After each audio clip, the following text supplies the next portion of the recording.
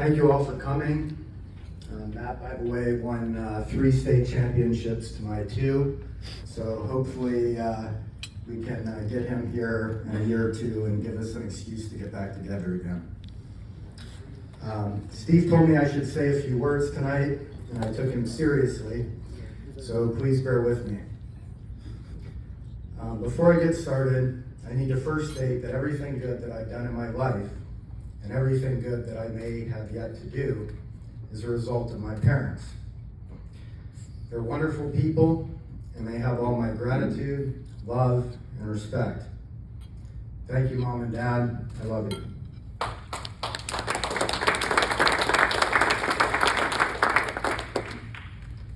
When I first heard that I was going to be receiving this honor, I honestly had mixed feelings about it, and even thought about not coming.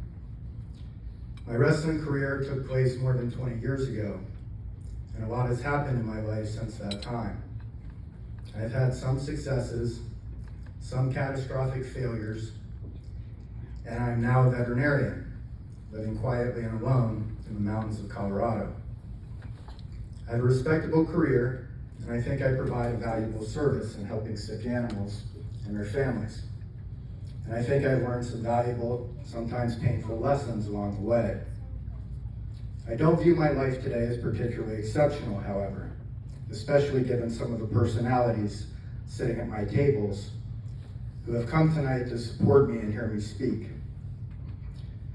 I wonder what I might say that might be of value, or at least entertaining, to those of you who would be here tonight.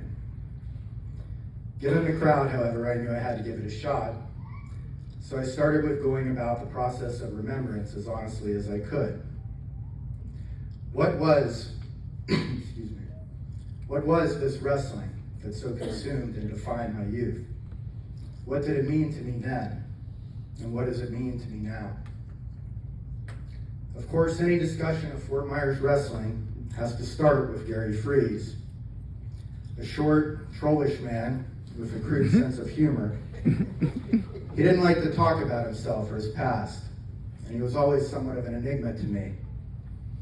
I don't know what tragedies or triumphs, loves or heartbreaks led him to us, but I do know more or less what he was by the time we came under his influence.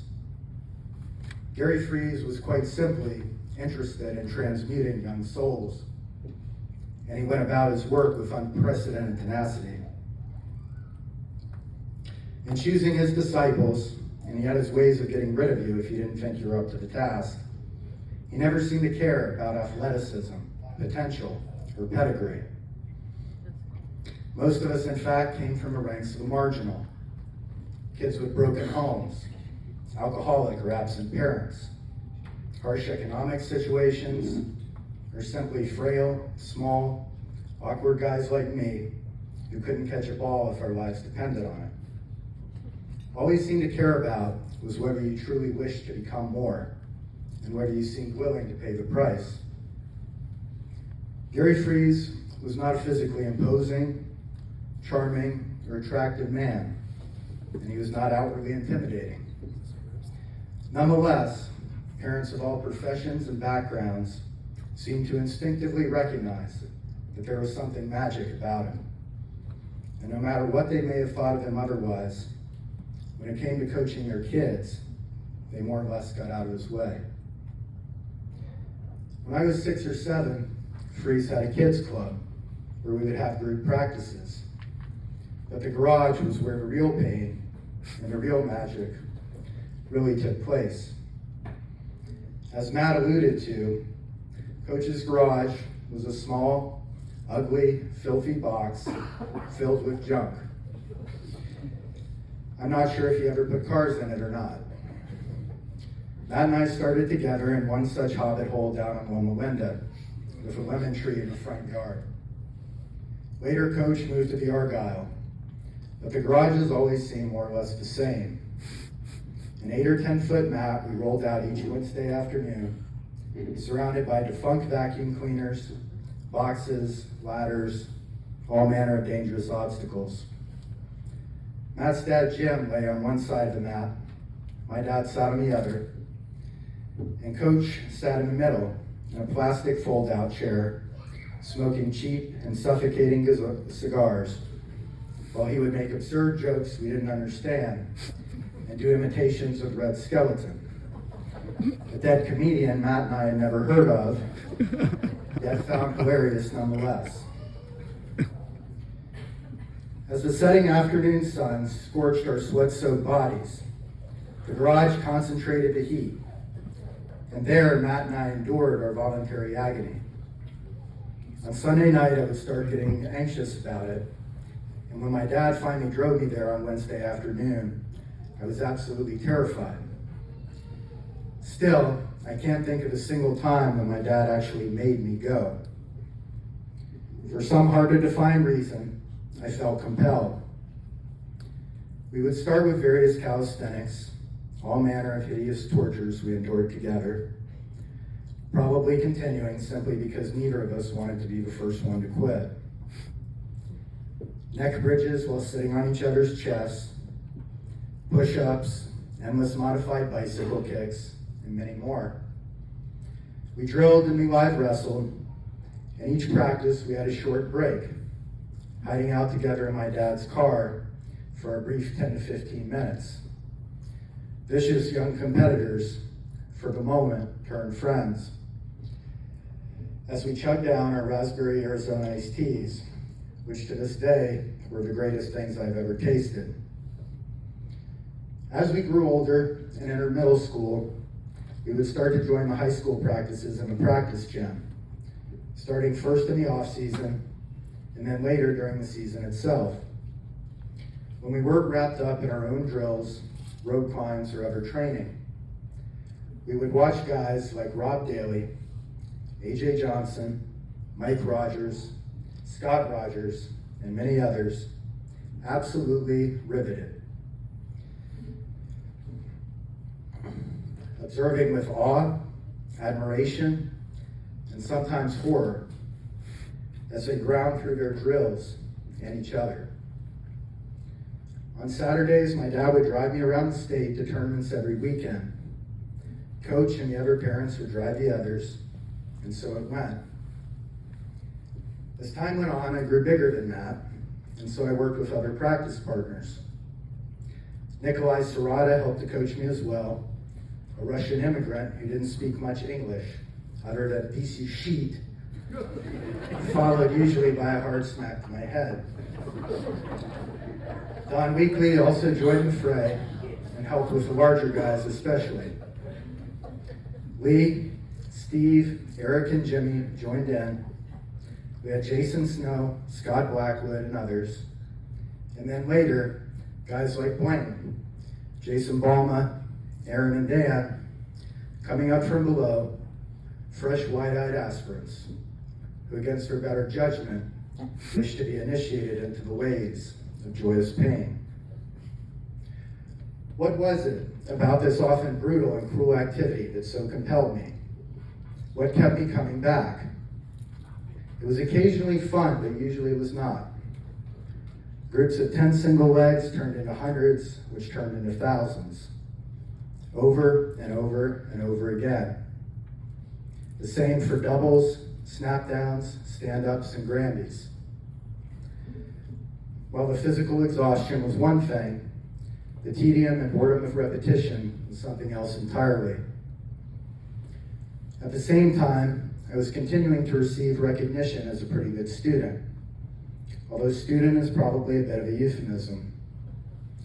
I worked hard on my studies when young and had a head start through my dad, who taught me fractions by cutting up sea beans on our dock on the Caloosahatchee. But as I grew older, I became somewhat apathetic. I had a few good teachers scattered throughout my youth, notably Miss Harrison in the 4th grade, and several others. But by and large, I felt that most of them were obviously going through the motions and calling it in. By the time I hit high school, my cynicism toward academics had become insidious. I had a natural aptitude for standardized tests and didn't have to do much of anything to do well on them. Cliff notes 20 minutes before the test were usually sufficient for an A. Peers could be charmed or cajoled into letting me copy homework I thought was too stupid to do. And if I did happen to get a grade I didn't like, teachers who often weren't paying much attention could often be debated into giving me a mark I found more appropriate. At the time, I felt that school was little more than an absurd obstacle course one needed to navigate in order to get into a good college. Over time, I developed a perverse vanity in my ability to manipulate a system that I found to be weak, lazy, and disingenuous. At some level, I knew I was cheating myself, but I was completing the obstacle course in record time, so I was more or less fine with it. The wrestling room, however, was not and is not that way. You can't sit back on aptitude and expect to win matches, at least not against anyone good. You can't network, debate, cajole, or charm your way into a championship. Every time I went out on the mat, I had the same 2 arms, 2 legs, and my forehead, and I had to use these tools to impose my will on another human being who I knew I could count on to do everything in his power to do the same to me. There was no one else to blame, no one else to rely on. It was pure. In wrestling, you simply had to do the work. Illusions about yourself or your training, often allowed or even encouraged to persist and fester in other areas of life, would be brutally ripped away, often within seconds on the mat. Your wins were always yours with no caveats. Your losses the same. You couldn't lie to wrestling, and wrestling never lied to you. Well, I can't say I didn't love the confidence, status, and attention from girls that wrestling gave me. And believe me, I did love it. I don't think those things were enough. Wrestling was my island of reality and truth, and a life that otherwise I felt was not always so. Some look at wrestling and see nothing more than a brutish, animalistic power game.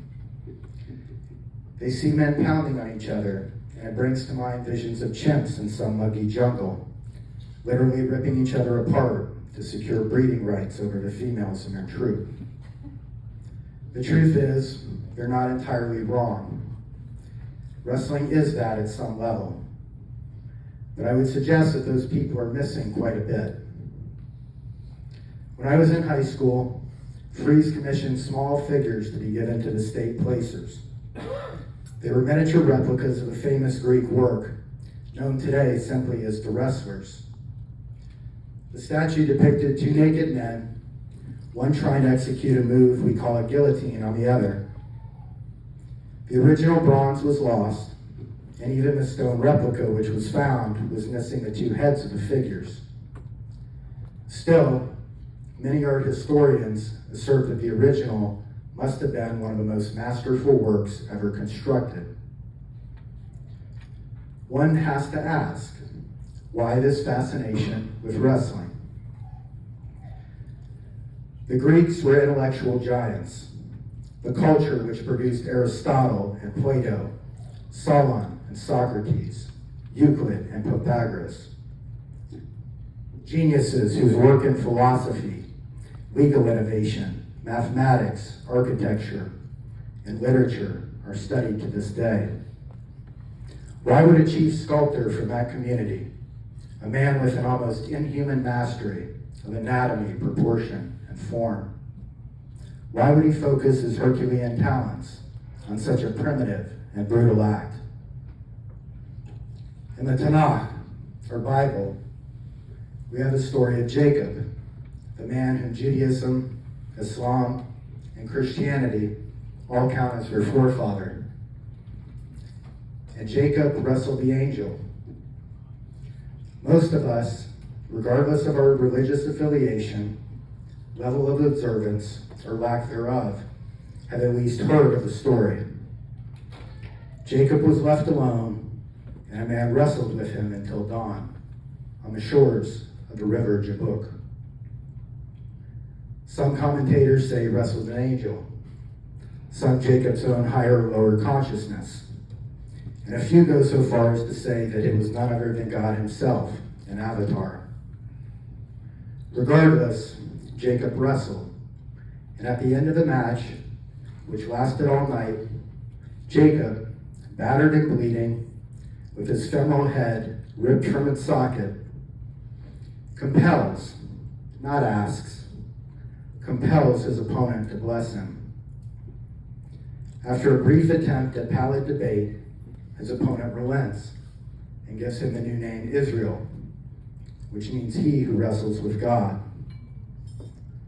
It seems an odd story to explain the origins of the people who would give birth to the spiritual and moral traditions of half the world. Before Jacob's wrestling match, we are treated to a tedious and unflattering exposition. Jacob stealing his brother's birthright at the behest of his domineering mother. Jacob getting jerked around by his in-laws. Jacob conducting routine business. And Jacob escaping from his troubles into dreams of heaven.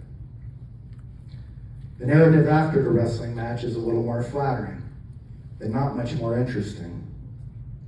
He reconciles with his brother Esau, which is nice, and then proceeds to other mundane activities. The match itself is given only a few lines, and yet that is the event we are told has given Jacob his new name and the merit to put history in motion. Why?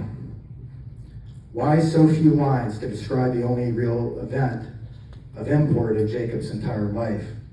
And why was that event a wrestling match? As we navigate life, we all learn, some earlier than others, that our reality is frankly horrifying in many ways. A world of biological hierarchy, disease, poverty, betrayal, violence, humiliation, loneliness, and death. It is not an easy place to live out lofty ideals. Yet in my mind, I ask, can it really be any other way? Morality, loyalty, friendship, achievement, and love mean nothing when drifting in the abstract realm of the angels, nor do they have value hidden deep in the veiled mind of a sage. Our ideas and ideals must be made manifest in the only place they can, in a world that will crush any ideas or intentions that are not real and true, and are not backed with a force of action, will, and discipline. I believe wrestling mattered to the Greeks because they knew it was a model of the bridge, or as Jacob might say, the ladder, between the world of the ideal and the world of the real. Well aware that their great theorems and moral philosophies were worth less than nothing when left to merely float around in their minds, the Greeks knew that they had to do the work if they ever hoped to make their exalted concepts matter to anyone beyond themselves. They had to wrestle with dirt and stone, wood and metal, and the belligerence of small men and women in order to transmute the abstract into the Parthenon. They had to acknowledge and engage with clear eyes the savageries of human nature in all their totality, were they ever to successfully bring forth some of the first lasting legal systems that endeavored to recognize the value of each individual human being. Many accomplished people are sitting at my tables tonight. Doctors, lawyers, dentists, nurses, and teachers. They know very well that it is not in peace and comfort that value and meaning is realized, but in the midst of struggle. Broken arthritic bones, bodies ravaged by cancer, collapsing families, and damaged souls are where their work comes to bear and where their labors acquire meaning. Only through honest engagement with those horrors, all comforting illusion cast aside, can they ply their trades and bring beauty, healing, and hope into a world that sometimes seems anything but. Jacob merited to be our forefather, not through his exalted dreams, and certainly not through his prior life of shady meekness and submission. He merited because for at least one night, he took his dreams and thrust them into the physical. He attacked his weakness, his shame, and the very injustice of creation itself with all that he could muster. He refused to yield until in the morning, transmuted, he had earned his place among the giants who had come before, finally feeling himself worthy to transmit what they had learned. In a time when men looked to the stars to discover what had been decreed for their lives, Jacob refused to accept the mediocre fate he was given, and so he wrestled.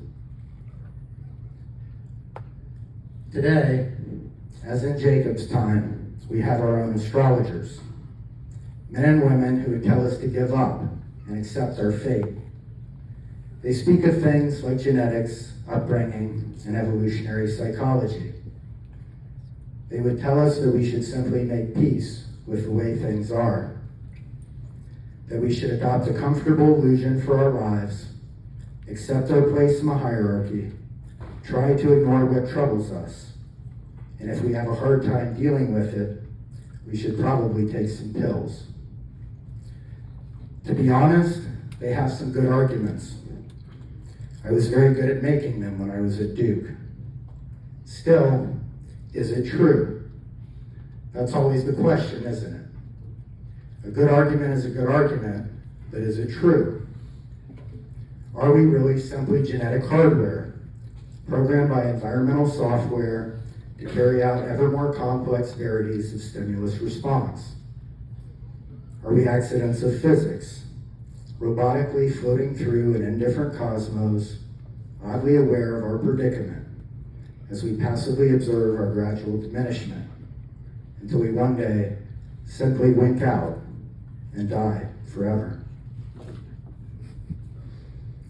Maybe. I do believe that these people have at least part of the answer. They at least understand some of the programs that cycle through our world and through our minds, especially when we are going through the motions. But is it the whole answer? Is that really all we are? I don't know, but I do have my doubts. And before we throw in the towel and submit for good to the nihilism of our age, scientific or otherwise, I think we need to honestly ask ourselves the question: have we really become cynical because we've become wise? Or have we become cynical because we've become weak? I don't know that we will ever definitively answer some of these questions. I hope we do. And if so, I hope the answers elevate instead of diminish us. But nonetheless, as I move through the years, I can't help but notice all the magical, mystical, weird little things that always seem to happen in our lives whenever we simply make a decision to stop being afraid and start to wrestle.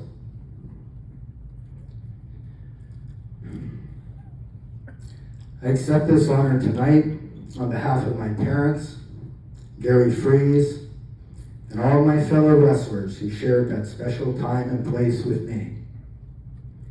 And in closing, for all of you here tonight, I will simply say this: regardless of what stage of life you're in, whether you find yourselves at this moment basking in sunshine on the summit of a mountain, or whether you're sitting there in your chairs, quietly and politely roiling in the cold, dark depths of the abyss, either way, I would encourage you, keep wrestling. Thank you very much.